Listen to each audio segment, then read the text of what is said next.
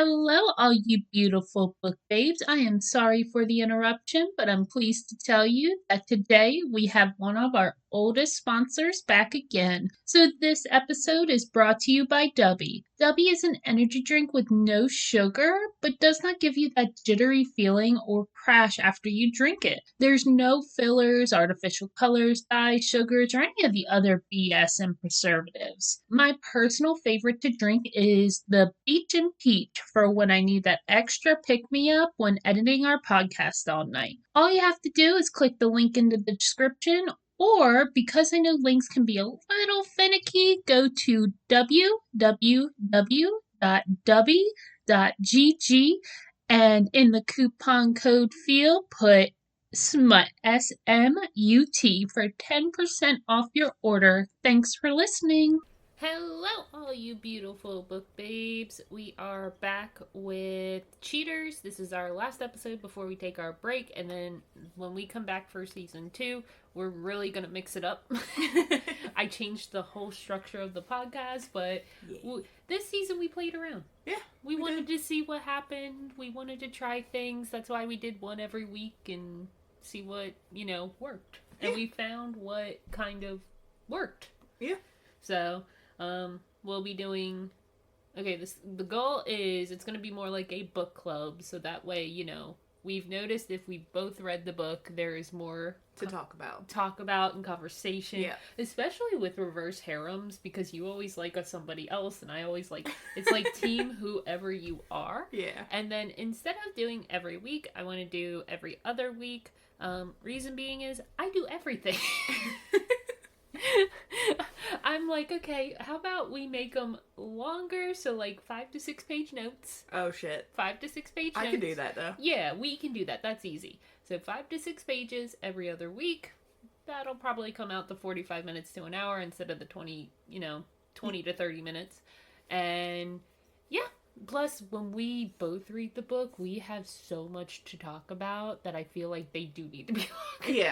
Yeah. They do need to be longer. And whenever we read the books together, like, whenever we both read the same books, and I'm talking about it or you're talking about it, sometimes we miss things, and I'm like, oh, you remember that? Oh, Wait, hold up.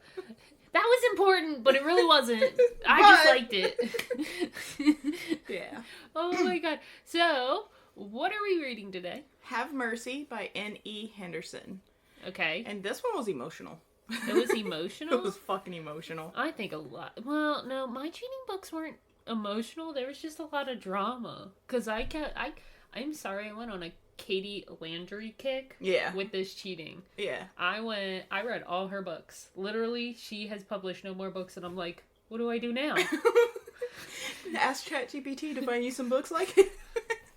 You rely too much on AI. Well, I rely on my actual office job on AI. I just discovered ChatGPT, and maybe I should do that for the podcast. It's been really fucking helpful, so. Because some of these podcasters, they literally let AI write their whole script. Oh, really? Yeah.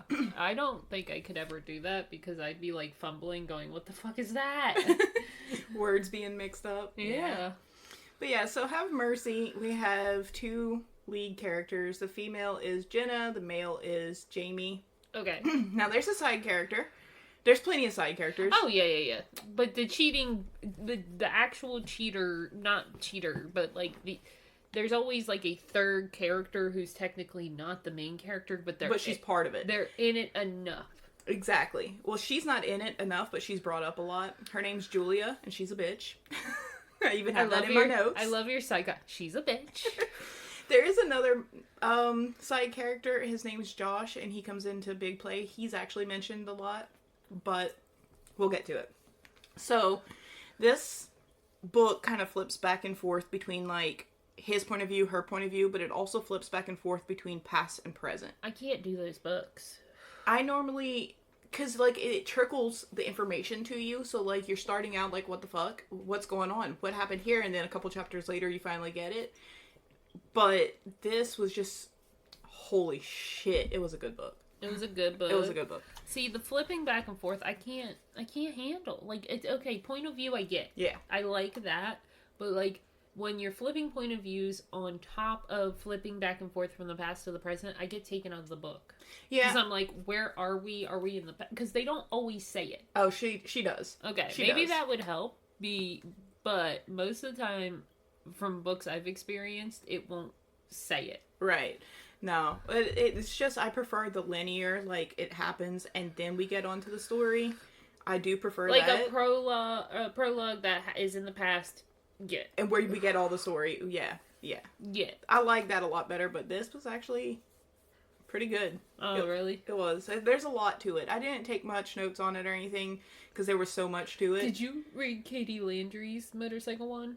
Not yet. I did like that because it was past for like a few chapters and then 30% in, then she went to the future. See, that's kind of how I prefer my books. That I did like. Yeah. There was enough detail from the past. It's not much. It's like 8 months, but...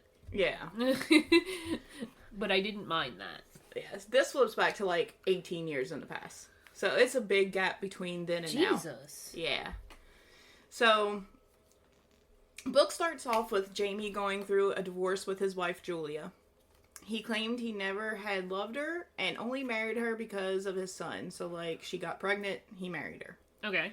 Jamie is a rock star, and him and his bandmates have been friends since high school, or before that. And him and his bandmates were all there whenever Jenna betrayed Jamie. So, as of right now, it's Jenna was the one who actually betrayed Jamie. Okay. At least in Jamie's mind. And they all turned her back. They all turned their back on her and never once listened to the truth. So, like, she tried to explain, and they were like, "Fuck off." Okay. Jenna had stayed the night at Cole's house, and Cole is a member of Jamie's band. So Jenna, and all these J names, Jesus fuck. That's what gets me when that happens. When you try to be that literate, Yeah. I'm just like, I'm confused. I kept confusing Julia and Jenna, and I was like, Jesus fuck. So All it's right. Julia, Jenna, Jamie. Yeah. Oh, And then Jesus. Josh. Oh, and Josh? Yeah. Oh my god. So many J Can names. authors not do that? Please? I try not to do that because I get confused enough when I'm writing. Yeah. Especially if, like, my reverse harem, I got confused enough. Like, I have to keep a little notebook Yep. of all my characters so I can keep track. And 'cause Yep. sometimes I'm in a writing kick and I'll write every day for like a week, and then sometimes I won't touch my book for 2 weeks, and I'm like, I don't remember my story. So yeah, because whenever I was editing, I was like, wait, isn't that supposed to be so and so? And I'm like, hold up. Yeah. No, too many J names. But so Cole and Jenna had reconnected years ago, and Cole promised to keep Jenna's secret. So Cole knows a lot about the past and what actually happened, and he promised to keep her secret. Okay. Jenna works as an FBI agent with her best friend Josh. He's an important character for later. Okay. Josh is not only her best friend, but her boss. So, Jenna's at Cole's house. Cole had left to go and get breakfast, but Jenna had to get to work. So she was just getting out the shower and was looking for her clothes, and all of a sudden, the rest of the band shows up. So, Jamie and the other bandmates show up at Cole's house. Jesus. They run into Jenna, and the guys are pissed off because they're thinking there's no way Cole is fucking her of all people. They're not actually fucking, but she's gonna let them believe whatever the fuck. She's like, whatever. I'm not gonna Okay. correct you. Jamie had given Jenna a cross necklace when they were 16, and when he sees that she still has it, he takes it and refuses to give it back, and Jenna's like, I can't deal with this, and she just takes off. So, Jamie is feeling betrayed and is demanding Cole explain what the fuck's going on. But another band member, whenever Jenna had came down still half naked, had seen a scar down Jenna's back, and he figured it out before anyone else. He was like, Jenna didn't actually betray you.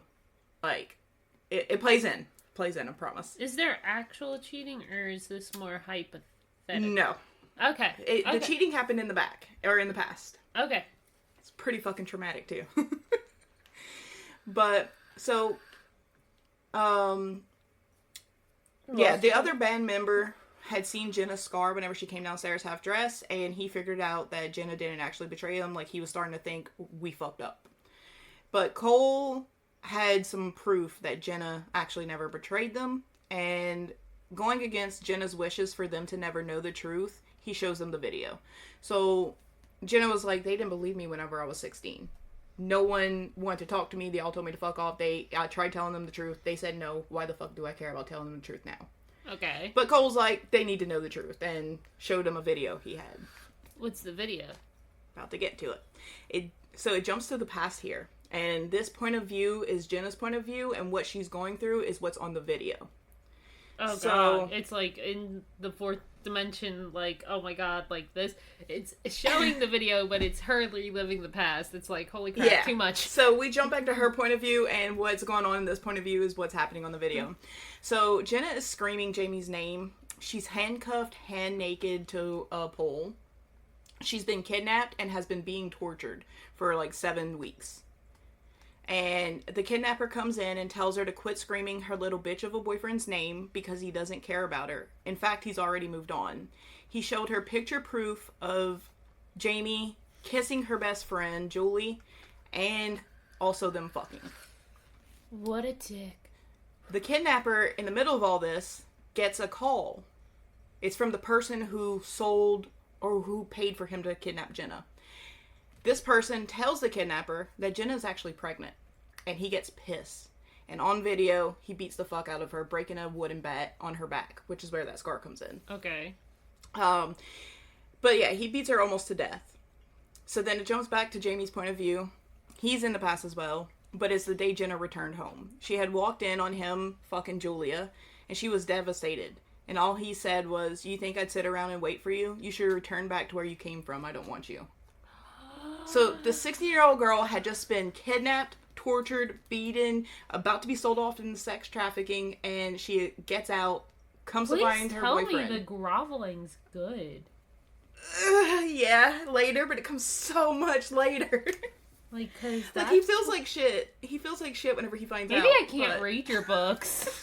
I'm scared. I've been nervous about that. Well, I mean... I'll try. If we have to stop, because there's some things I read that you're like, Yeah, like the insta-love stuff, I'm like, ugh. So if we have to stop, we at least know the backstory enough. Yeah. Just use ChatGPT to give you a summary. Yeah. I know the story, it's fine. I asked ChatGPT, I cheated. But yeah, so he tells her, like, fuck off, I don't want you. So... it switches back to Jenna's point of view, and we're still in the past. She said it took 7 weeks for Josh to break her. Yes, that Josh, her boss, her best friend, is the one who kidnapped her. Oh my god. Whenever she was 16. For what reason? It comes out later. Out later.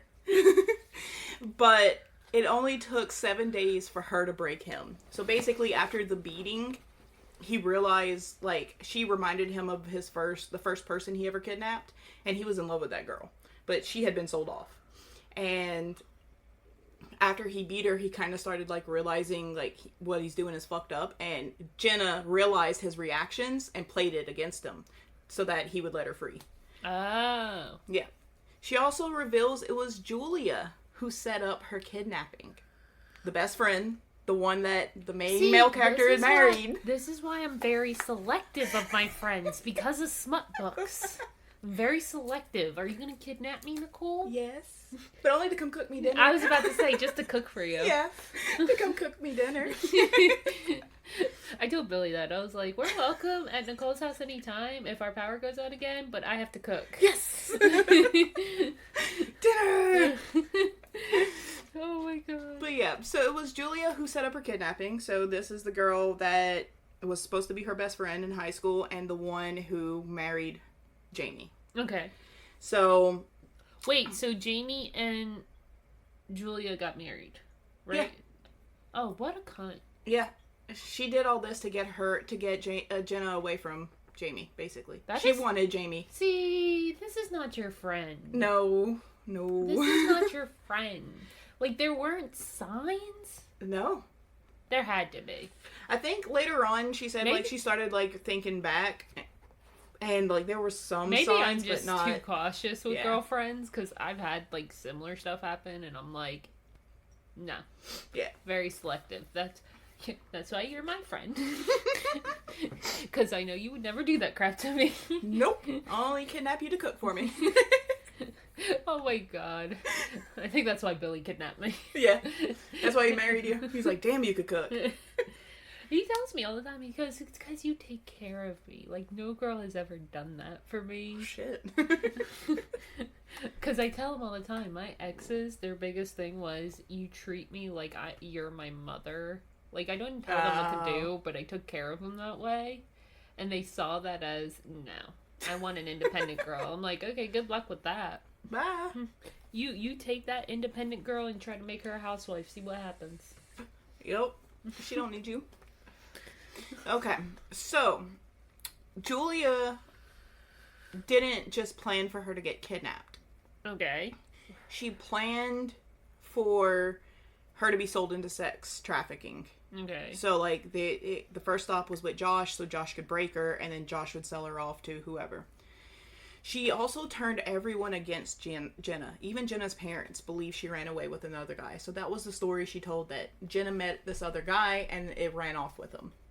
Why didn't anybody believe... Like, I don't understand. Like, you know, I get it. Sometimes you're like, that's a crazy story. That didn't happen. Right. But you always got to think, like, with every story, there is some truth in there. Right. So, like, you didn't even question...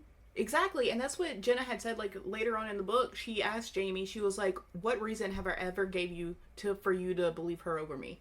Like, what reason have I ever given for you to think I would run off with another guy like that? Exactly. Because they had been, like, sweethearts since they were kids. Like, they were together. They said it was, like, instant love whenever they first met. So they were together since they were kids. Ain't no love. Why would you believe her over me? Like, you didn't even listen to me. You didn't even try to talk to me. You didn't even try to find me. Yeah. Yeah. Like I said, this girl got cheated on, and it was such a betrayal because fuck them. Do they get back together? I gotta know that part. The eye roll I just gave Nicole. The eye roll. Trust I'm me, I did not sorry. want her to take him back. But, like, whenever it got to the end, I was like, fuck this motherfucker. Because I read something similar where the best friend actually tries to get the girl assassinated so she can marry her husband, but it doesn't go right, and she survives, and then some rich older lady takes her in and is like, you want your revenge? I'll pay for it, but you need to follow my rules. And she does, and she gets into, like, fighting, and I feel like I seen something about it's that. a PPC, and it's good.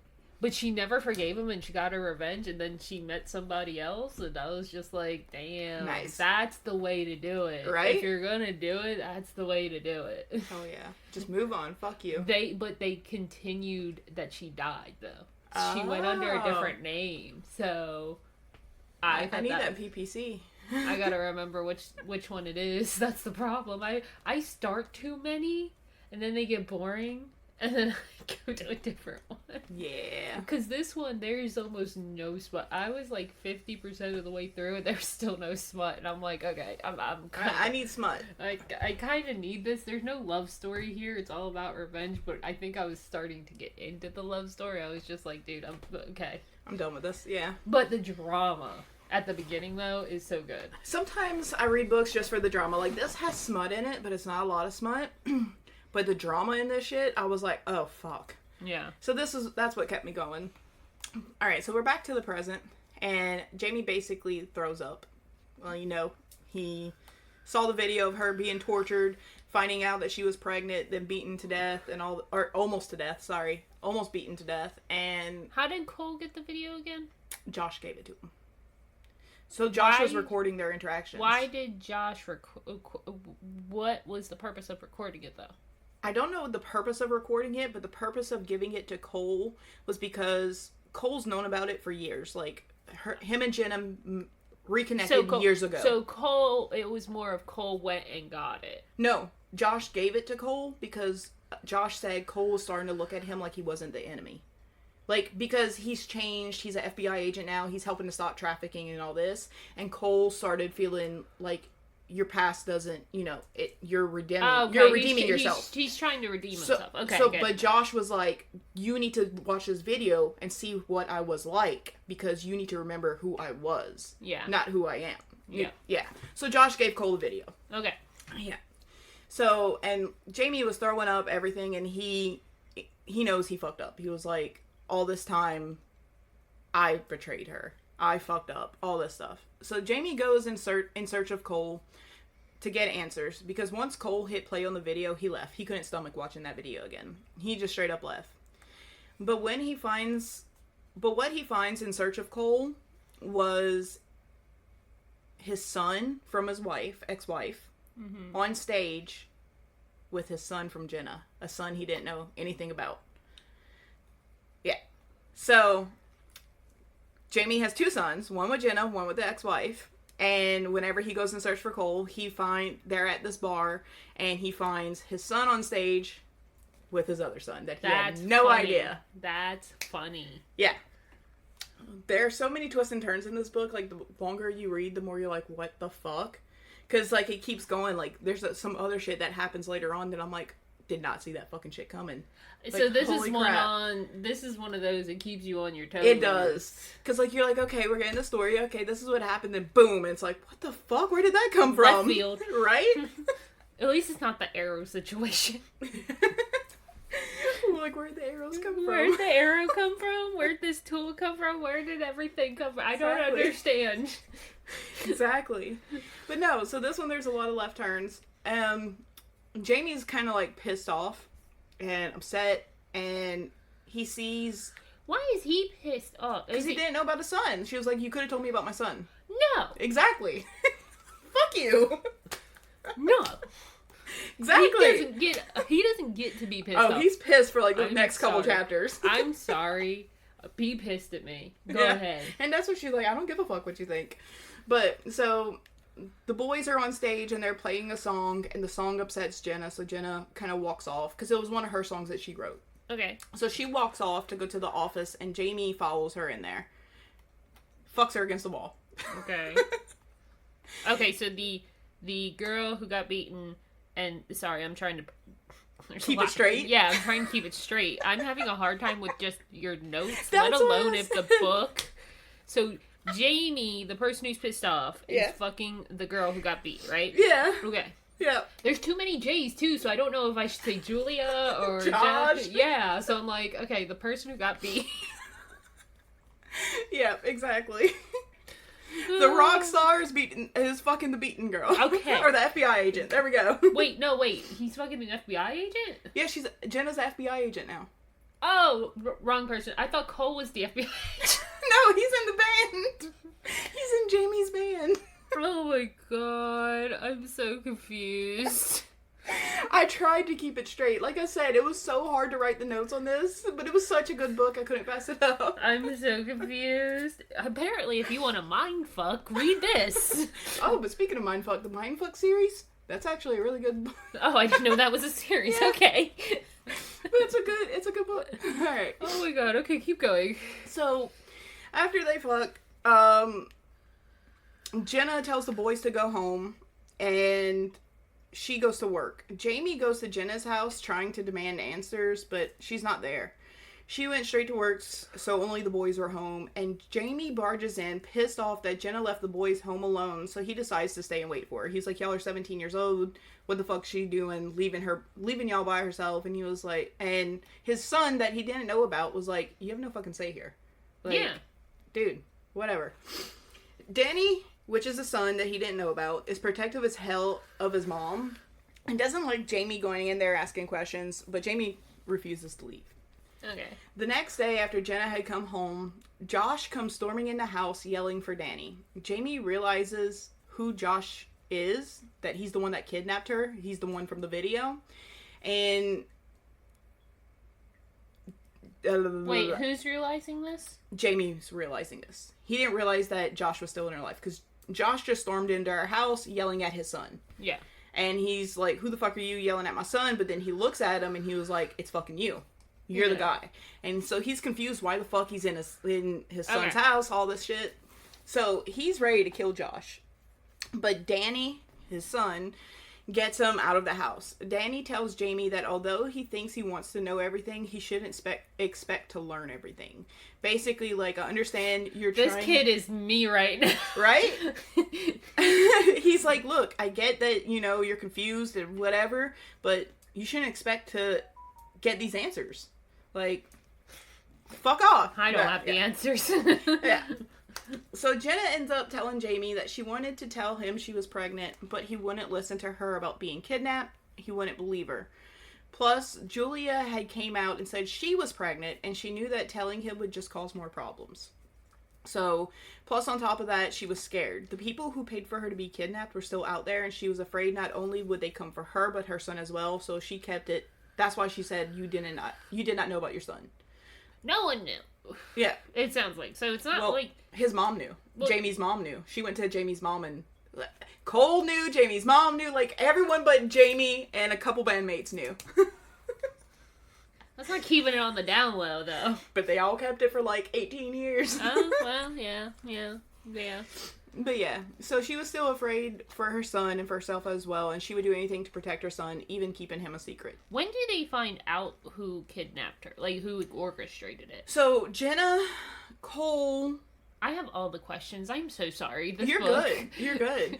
So, Jenna, Cole, Josh, even Danny, her son, and I believe Jamie's mom knows who orchestrated it. So is that why they kept the son a secret? Yes. Okay. It's called... Yes. Okay, I got it now. I understand. So, like, everyone who knew about the son knew who orchestrated the kidnapping. Okay. And they were protecting him. Gotcha. Okay, now it all makes sense. Yeah. I was like, okay, I'm really... Like, I need to put some line... Like, I need to connect the dots somehow. Yeah. Because they were like, we're keeping you on the down low. Oh, these people know. Okay, that's not keeping it on the down low, though. I'm trying to figure out why. And now it all makes sense. Okay. Yeah. But Jamie isn't giving up, though. He knows she's hiding something from him, and he wants to know what it is. He wants to know why. But not only that, he also wants to know why his other son, the one with his ex-wife, has a room at her house, why she's so active in his life. He knows, like, his ex-wife would never allow Jenna to be in his son's life, so he wants to know, like, how is she in his life without anyone knowing about it. Oh, yeah, I'm curious, too. Yeah. And then also he finds out, like, his son doesn't think highly of his mom. So, like... Good. He had said something, and he was like, you can't talk about your mother that way, and he just rolled his eyes. Like, that's not my mom. Yeah. Yeah. So, basically, the mindfuck keeps on going. Because... Why is he so close with the girl who got beaten? So... The son. Whenever, in the past, Jenna went to pick up her son from Jamie's mom's house. His mom was watching him. Oh, so they did have, like, joint custody? No. Only the mom knew about the son. Jamie's mom. So, like, whenever Jenna was at school or working, Jamie's mom would have her son to help her watch him. Well, whenever she went to pick up her son, Jamie's other son was there at the house. And she met him. And then it started to become a thing where she would let the boys, play okay. and be together. I was kind of confused, too. Well, whenever they got a little bit older, it comes to light that Jamie's ex-wife was basically, I think he was like 8 or 9 years old, just leaving him home alone for weeks at a time. No money, no food, no nothing. And, like, basically, he wasn't being abused, but he was being neglected. Yeah. And so Jenna moved across the country to be closer to his other son so that she could be there for him. Because, I mean, that's her son's brother. She's not going to leave her... It's not her kid. It's not her kid, but... It's still your son's brother. Exactly. Gotcha. So she was gone. She moved across the country to take care of him. So ever since they, like, right before high school, she's been basically taking care... Because, I mean, he was always on tour. And... Julia was just, like, neglecting him. So, Jenna became his mom. Okay. So that's why they're so close. But, Jenna works for the FBI, like I said, and they're trying to bust down this trafficking ring. And this trafficking ring hadn't been active for, like, 6 months. They just went ghost. But also, while working on that, they were trying to get proof of who actually paid for her to be taken 18 years ago, which is Josh's family. Josh comes from a family of traffickers. Yeah. So they were trying to track down his family, which has to do with this ring. And someone sends an anonymous tip that Josh is related by blood to Julia. Oh, okay. Josh did not know that was his sister. But they're still keeping it in the family, I see. Yes. Person who revealed that was Danny. He's a hacker. Like, He was like, oh, I found out the paperwork. he's like, here. Yeah. So it goes on, and there's some mindfuck, like, Julia kidnaps her own son and sends him to the trafficking ring. Danny has to go and save him, and it's some crazy shit that goes on. Yeah. But, yeah, he does, so, like, Jamie does feel like shit. Once he saw that video, he does try pushing himself back into Jenna's life and everything and apologizing. But most of the time, it's just him fighting to know what the fuck's going on. Like, what happened. I was about to say, this doesn't sound like grovel. It sounds like he's trying to figure out what's going on so he can fix it. But it doesn't sound like he fixes it, though. Eventually. Like, whenever they got together in the end, I was kind of like, he apologized, sure, but I don't think he earned his place at the end. Because, like you just said, one. Yeah, like you just said, like, he was just more focused on figuring out what the fuck happened. Like you said, so probably he could fix it, but yeah, there wasn't really much groveling besides him saying I'm sorry and forcing his way into her life. Yeah. Still a good fucking book. Like, I came to tears in this book whenever I first read it. Dang, that says like, a lot. You don't cry at a lot, no. so if you almost, yeah, it was almost. It was like, my eyes got watery.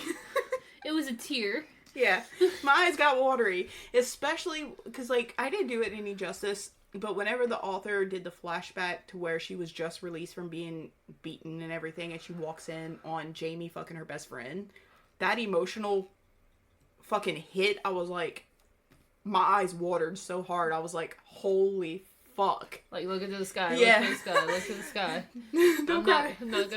I'm not gonna cry. I just let it happen. Most of the time I'm by myself, like, not by myself. My husband's sleeping when I read my emotional books, and I'm in the bed under the cover, so I just let myself cry. I'm just like, no.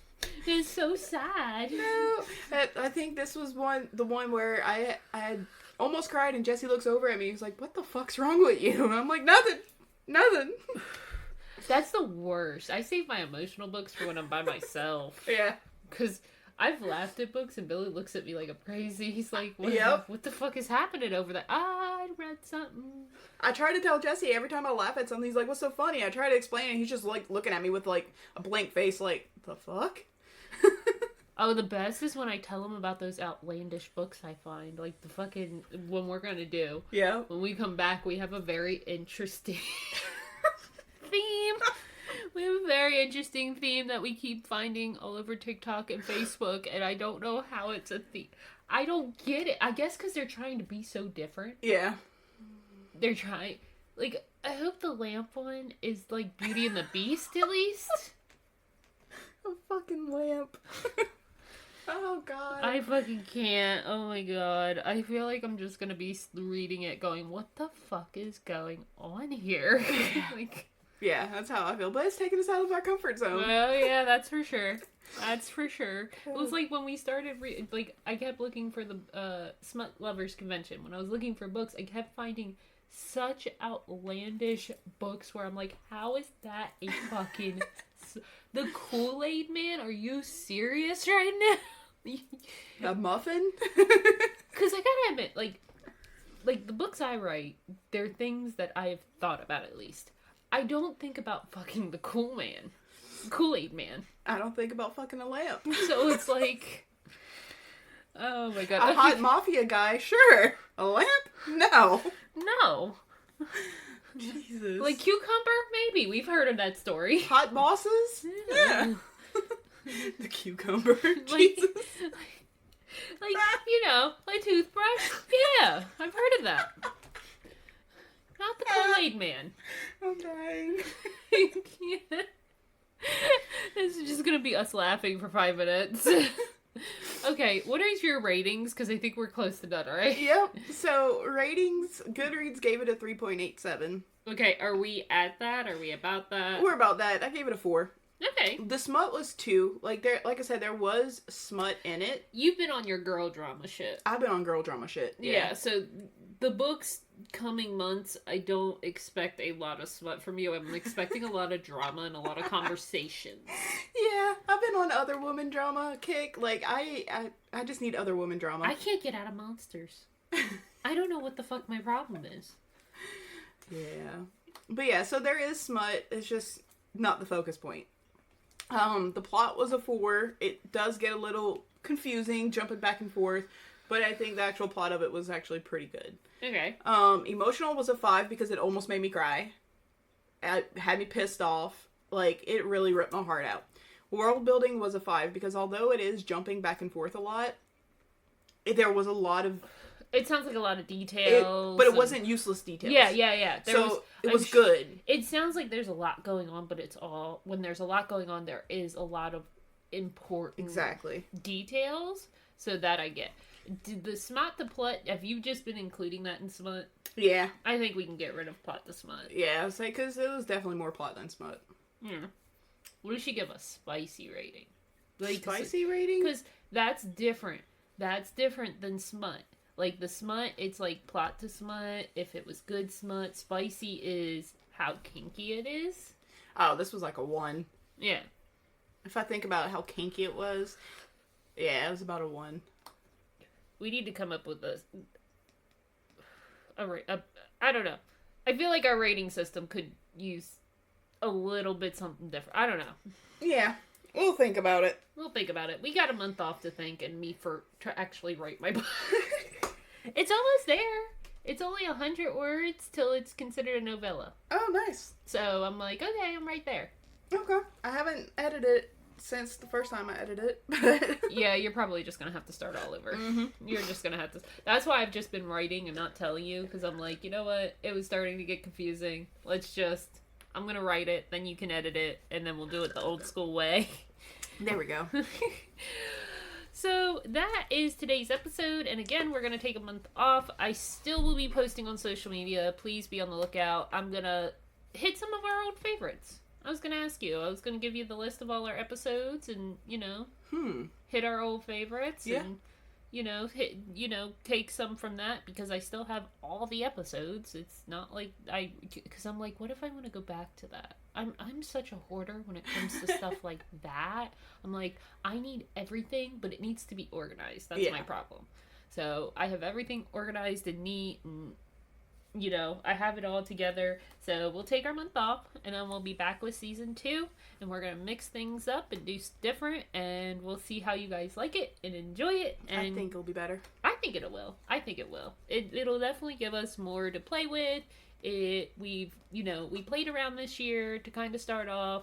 Now we need a break. Plus, me and Nicole work at the same job and it's kind of going crazy over there. It's a dumpster fire over there. So, we need... We need a second to think. I need a second to breathe.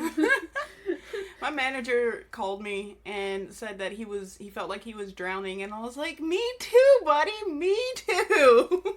See, but here's the thing. The other manager, I adore him because he's just so happy-go-lucky. I'm like, it doesn't matter what's going on. He's like, whatever. He's the new manager, and he is just like, I adore him. He's so funny. He actually came from the other desk that all these other agents are coming from. Yep. So I was like, oh my god. I didn't know we were getting all these tech people. I don't like it, but, you seem cool. Yeah. You seem cool. Yeah. So, I'll still be posting on Facebook, TikTok, and Instagram. And then, probably the week before we get started up again, I will be revving up for... our new season, kind of, sneak peeks. I'm sure we'll still record in 2 weeks to kind of play catch up. Yeah. Get ahead. Get ahead. We like to stay ahead because, hurricane season's coming. And we're going on vacation. Yeah, we're doing a book vacation. Yeah, I gotta plan that. I'm really bad. So, we're planning on going to the beach and doing nothing but reading. It sounds like a sad book club. Sad book club. But hey, I just need to break away from everyone. Just give me my fucking book and leave me alone. I homestead, so I need a break. Yeah. Between work, homesteading, and this, I'm like, okay, I need 10 seconds to myself. Yeah, that's what I'm saying. I just need away from Weekend, the husband. Just leave me the fuck alone and let me read. Yeah, that's it. That's what I need. That's it. Yeah. Just a night or two, just reading. I'm good. So- On the beach, oogling hot guys. That's okay. Me and my husband talked about it. Next year we want to do a cruise, but the thing is, we don't leave the boat. Like, you know, they go to islands and stuff, and that's great, but it's so nice when everybody gets off the boat, and it's just you. it's just you on that boat. It is so nice. So it's like we're traveling, but we're really not. Yep, just gonna stay on and enjoy the boat. I might get I might get off for like an hour, get some Cuban cigars and lunch, and call it a day. There you go. Because the only places you can go from where we live is the Bahamas. Yeah. It's the only place you can go. You gotta fly elsewhere to go other places. I hate that. Yeah. I hate that. Like, you can go to a European cruise from where we are. You can. Yeah. Yeah, you'll have a couple more days out at sea, but you can. I can get to Mexico from Florida, so why can't I? Just shoot. Why do I have to go to Los Angeles To get on a cruise to go to Mexico. Like, That's so dumb. I don't understand that. Yeah. Mexico has two sides. Yeah. Maybe all the islands are on that other side.